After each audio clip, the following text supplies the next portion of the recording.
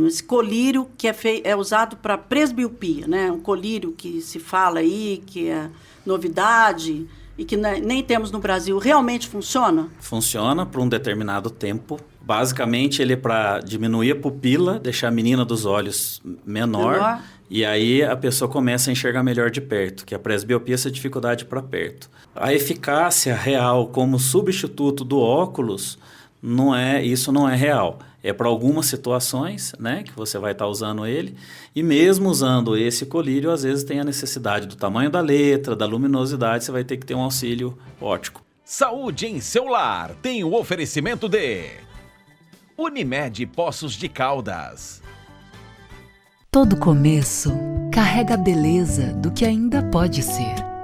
Às vezes, o novo chega devagar, em um respiro, uma pausa, um gesto de cuidado. E para acolher o que vem, é essencial cuidar do que já está aqui. De bem com o novo. O amanhã se desenha com confiança e cuidado. Feliz 2026. Unimed. Presença que transforma.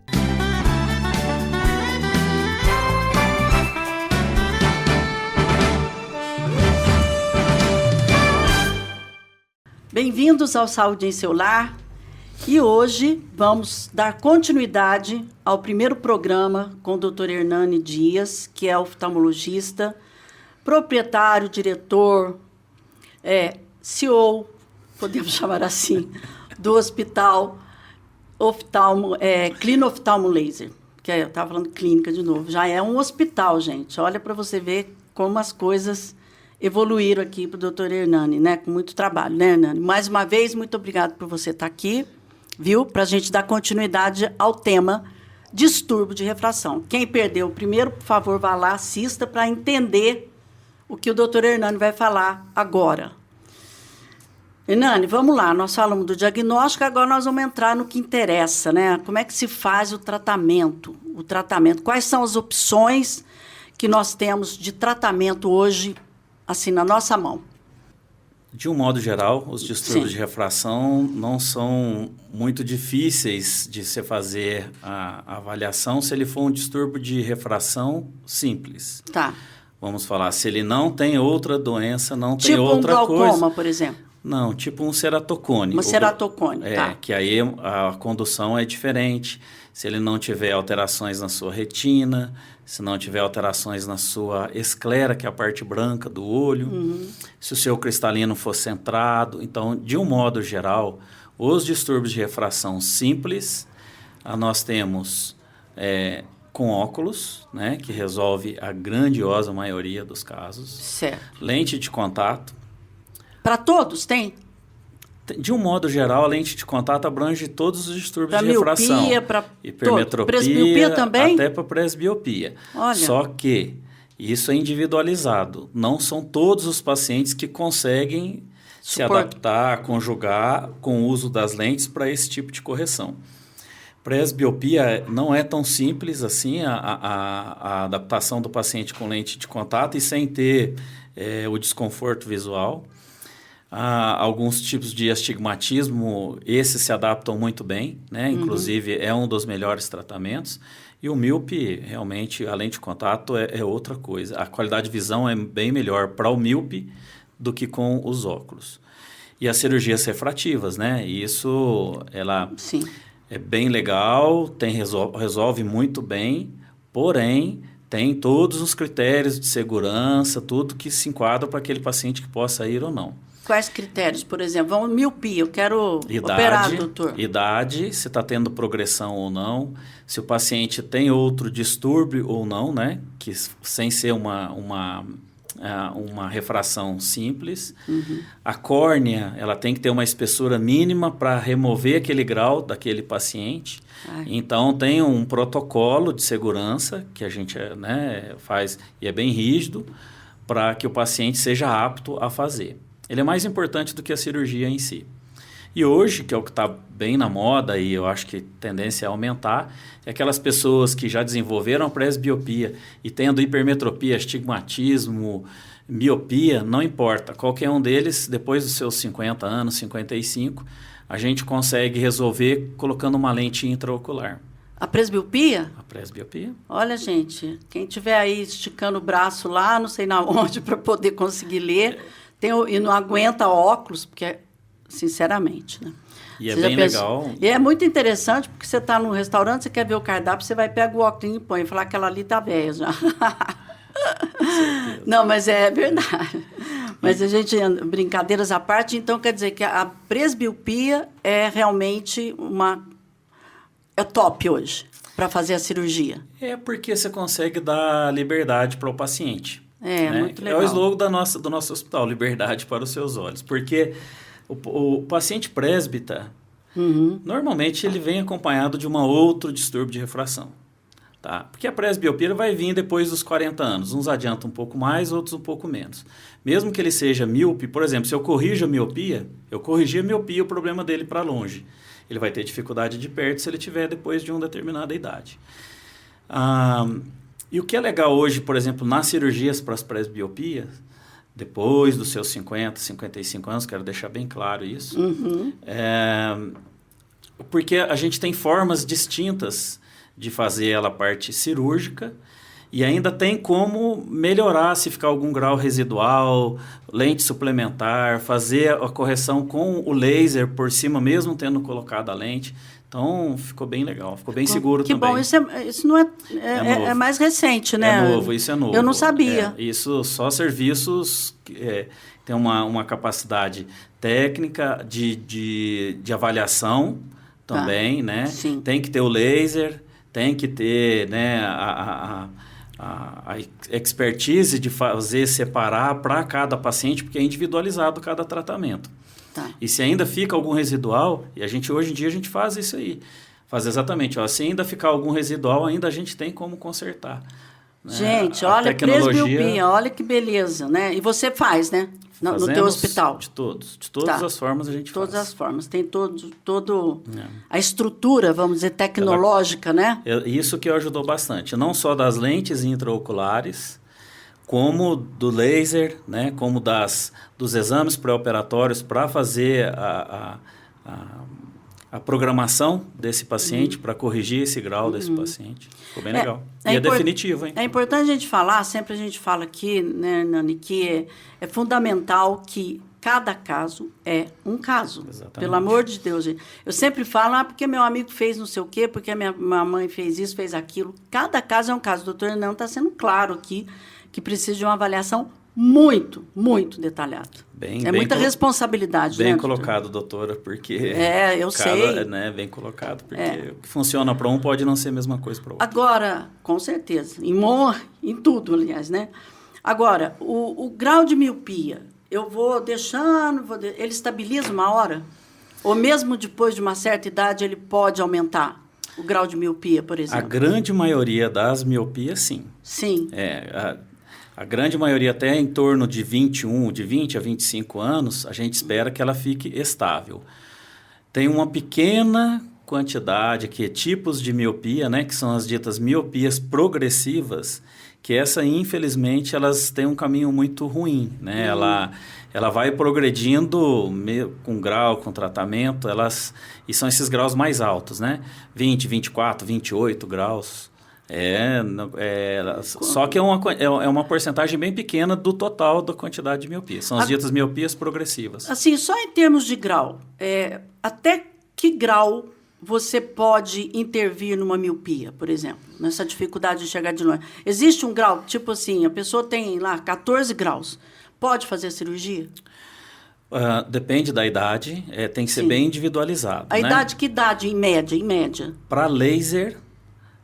Normalmente, no máximo 10, de 8 a 10 graus de miopia. 8 a 10 graus. Vai depender da córnea do paciente. Tem paciente que ele tem 8 graus, 10 graus, ele pode fazer com laser. Tem paciente com 2 graus, não pode fazer. Depende da espessura da espessura, né? E agora, esses pacientes acima, de um modo geral, lente de contato. E a cirurgia, normalmente, depois dos 50, 55 anos, tá? A não ser que ele tenha um outro fator, né? Um cristalino deslocado, uma catarata precoce. Miopia acima de 55 anos? É isso. É Não a pode? parte com cirurgia com lente intraocular, com com substituição do cristalino, sim. Sim, mas a lente, o normal, assim, sem Lente ser... de contato, qualquer grau e qualquer idade. Claro que cada um é individualizado o tratamento. Após os 55 anos, esses graus altos. São ditos graus acima de 8 graus, né? De um modo geral, os intermediários vão de 4 a 8 graus, em média. Eles, hoje em dia, tem uma coisa muito legal que são chamados, eu falo da parte cirúrgica, tá? Lente de contato, qualquer idade, sim. Claro que a pessoa tem que ter condições, né? E um coeficiente mental mínimo para poder ter a responsabilidade do uso da lente. Da higiene, né? Vamos ser bem claros. Isso, não só a higiene, mas saber manusear ela também. Saber manusear ela. Só que uma coisa muito interessante é que hoje a gente consegue implantar uma lente dentro do olho, sem precisar fazer a remoção do cristalino, igual a gente faz na cirurgia da catarata, mas com finalidade refrativa. Por exemplo, esses pacientes com grau muito alto, a gente consegue fazer a parte cirúrgica dentro, que é muito legal. Quanto maior o grau do paciente, maior a satisfação com o resultado cirúrgico. E assim, agora se tiver um grau ali de 3, 4, pode fazer aí quando der uma estabilizada. Sim. 23, 24 anos, por exemplo. Sim, se tiver sem problema. Acima de 3 anos estando estável, pode fazer. Pode fazer, tá bom. Existe uma coisa que eu vou perguntar aqui, vocês vão achar até que o doutor deve estar ficando louca, mas eu acho que não. O óculos pode piorar a visão? Não é piorar. Pelo Você contrário. entendeu o que eu falar? Sim, eu entendi. Pelo contrário, o óculos ajuda a pessoa a enxergar melhor. O que acontece, às vezes... Às vezes a pessoa fala, tira o óculos e fala, nossa, pelo amor de Deus, piorei mais, doutor do céu. Agora eu tiro o óculos, agora que eu não enxergo mesmo. Sim. Isso acontece, é nesse sentido que eu fiz a pergunta. Eu entendi. É que, às vezes, a pessoa começa a usar... E aí depois ele tem um determinado tipo de visão, ele tira, ele vai querer ter aquele determinado visão que ele tinha com óculos, isso não consegue mais. Ele tem um distúrbio de refração. E a pessoa costuma enxergar pouco, vamos falar assim, ou acostuma enxergar bem. Então, os dois casos servem. E o que pode, às vezes, atrapalhar um pouco é se a pessoa fez uma determinada consulta ou se o grau da pessoa mudou, vamos falar assim, ele ainda estiver usando um óculos que não é aquele grau adequado para ele. Neste sentido, o óculos pode atrapalhar. Verdade. Entendeu? Nesse sentido, ele atrapalha. Agora, dá um grau maior do que você precisa usar, você fica tonto até. O grau veio para ajudar a enxergar, o óculos veio para ajudar a enxergar melhor, tá? Bem feitinho, certinho no seu grau. Sim. E uma coisa, isso que ele falou é muito importante, porque às vezes você bota o óculos e fala, nossa, tô ferrado, agora que piorou. Mas precisa ver como é que foi feito, enfim, né? Tem que ter às vezes a responsabilidade. É importante a pessoa fazer o óculos e conferir, né? Não estou longe aqui de falar de idoneidade de qualquer ótica, de jeito nenhum, mas é importante a pessoa conferir. Fez uma, 2 vezes, não deu certo. Principalmente se não estiver sentindo tão bem, né? Exatamente. Se não estiver sentindo bem, é importante fazer a revisão. Fez 1, 2 vezes, tira uma segunda opinião. E também avaliar se às vezes não é só distúrbio de refração. Hernani, eu tenho certeza que uma das coisas que você está pegando direto, é aqueles que ficam usando tela, dia e noite. Ou joga, ou tela, realmente compromete a visão. Isso não é uma falácia. Não tenha dúvida. Esse, hoje em dia, é a maior causa dos distúrbios de refração. O que provoca? De perto? Na criança, principalmente por isso que a gente insiste sempre, evitar o uso excessivo de telas, principalmente de perto. O celular, por isso que ele piorou bastante. Celular, tablet, né, videogame, a televisão muito perto, porque você induz essa criança a sempre estar forçando para enxergar de perto. E aí começa a induzir essa criança a ter uma miopia. Por isso o boom da miopia mundial. Né? Então, o uso excessivo do celular. Hoje, a senhora deve saber melhor do que eu. Bebê com 9 meses de idade passando o dedinho e a mãe acha lindo aquilo. Hoje eu atendi uma criança que ela só sentou na balança na hora que deram o celular para ele. Então, você veja que situação que nós estamos. Mas tudo bem. E outra, a pessoa começa a ter um mundo muito perto e próximo. Então, computador, atender as pessoas, ler, celular. Então, está o tempo todo aqui, só muito perto. Isso, normalmente, essa pessoa tem uma presbiopia precoce. Né? Claro, acima dos seus 38 anos, né? Antes disso é muito difícil. Mas esse mundo moderno... é mais comum. Agora, o desenvolvimento por conta dos eletrônicos, de modo geral, a miopia, sem sombra de dúvidas. Gente, olha aí, tá vendo? Mais um problema. A criança, principalmente a criança, fica lá vidrado. Ela não pisca. Né? Aquelas alterações, coça o olho, não pisca, coça o olho, desenvolve astigmatismo. Então, aí altera a córnea. É um fator secundário do uso excessivo de telas. Muito bem. Aqui, rapidinho. Doutor, quando que eu devo ir no oftalmologista? Quando que eu devo ir? Sempre. Eu não tenho nada. Não, eu não tenho nada. Já fiz, eu estou ótima, enxergando bem. Quando que eu devo ir? Sei lá, de quanto em quanto tempo falar, vamos fazer uma avaliação, ver pressão, essas coisas intraocular e tudo. Isso é um outro módulo, vamos falar assim, se a pessoa tem doenças genéticas ou doenças oculares familiares, Sim. Todo ano. Todo ano. Se tiver distúrbio de refração, todo ano. Se tiver distúrbio de refração, todo ano. Tá. Né? Claro que tem os casos particulares, é menos, né? Mas de uma maneira tempo, geral, de né? uma maneira geral, 1 ano. Agora, se a pessoa tem alterações retinianas, aí depende, né? Mas de preferência todo ano.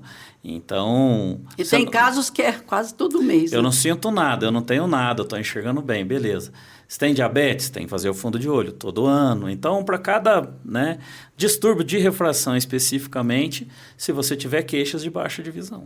E a primeira criança, a criança, aliás, no primeiro ano de vida, você aconselha, mesmo tendo um teste do olhinho, tudo ok, tudo bem, você aconselha fazer uma consulta, pelo menos? Até os 3 anos de idade, 4 anos, porque a partir disso a criança começa a informar. Um bichinho, uma letrinha, às vezes alguns o número. Né? Então, o que a gente fala na pré-escolar, é sempre importante fazer uma avaliação. No primeiro ano de vida, no primeiro ano, até os seus 3, 4 anos, a não ser que a criança tenha alguma queixa. Ou... Por exemplo, igual o tumor, como é que é tem o tumor? Sim. Agora, o retinoblastoma... Retinoblastoma. O retinoblastoma já não é por isso que se faz o teste do olhinho. Tá, mas às vezes faz o teste do olhinho lá na maternidade, graças a Deus está tudo bem. Quando tem dificuldade, a gente encaminha para o oftalmo fazer, Sim. né? Mas você não acha interessante, porque a criança não sabe falar. A criança não mostra nada por fora. Você não acha interessante, assim, não faz parte de um protocolo, de uma conduta, pelo menos no primeiro ano de vida, fazer uma consulta com 6 meses ali ou não? Não. Não? De um modo geral, não. Não, né? A não ser que a mãe tirou a foto e ficou um reflexo branco da foto. Que tem um reflexo vermelho. Ah, tá.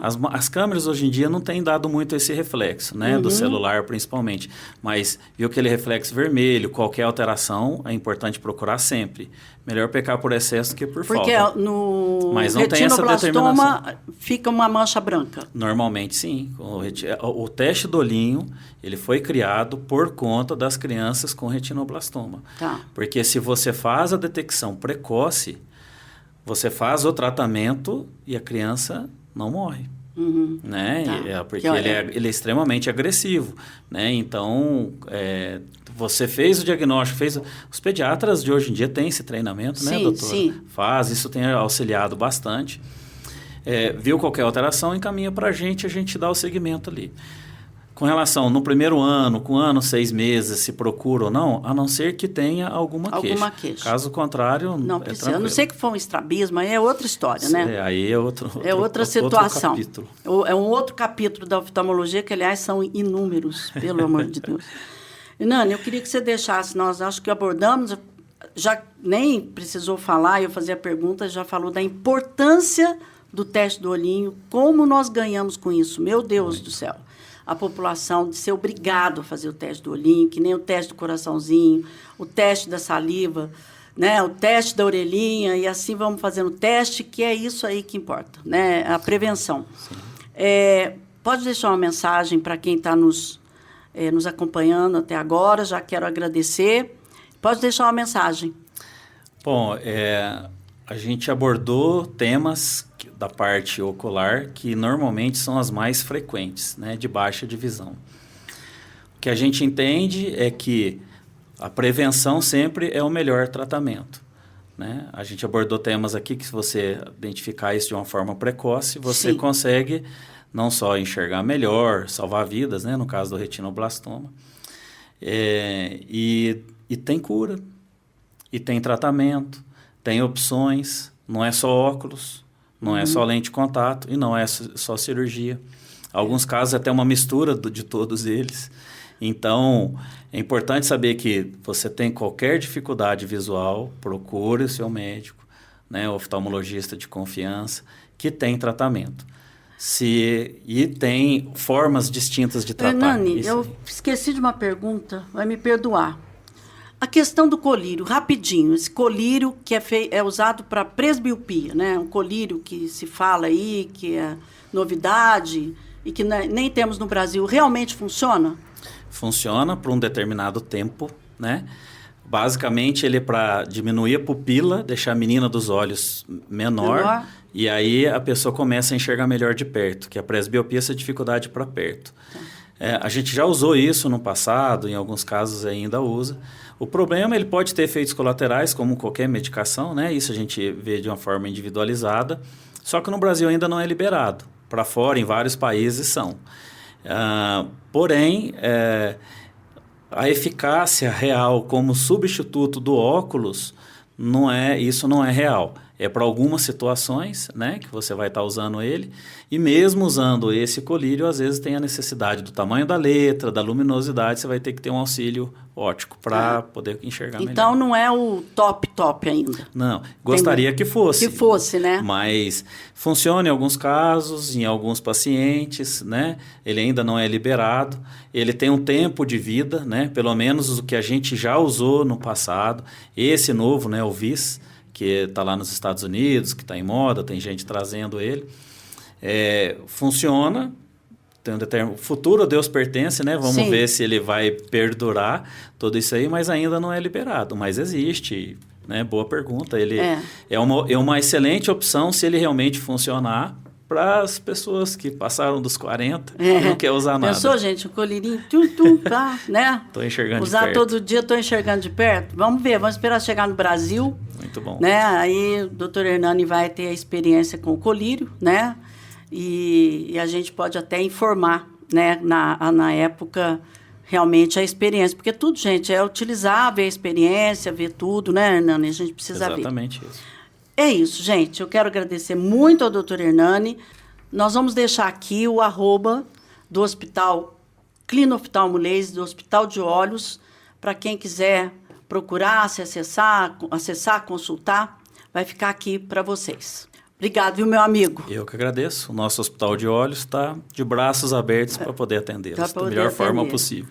A você, quero agradecer muito a participação, de nos acompanhar. Não esqueçam de se inscrever no YouTube, né? Colocar lá um like, gostou, não gostou, para a gente ter uma avaliação direitinho de como estamos atingindo o coração de vocês, tá? Um abraço, fiquem com Deus.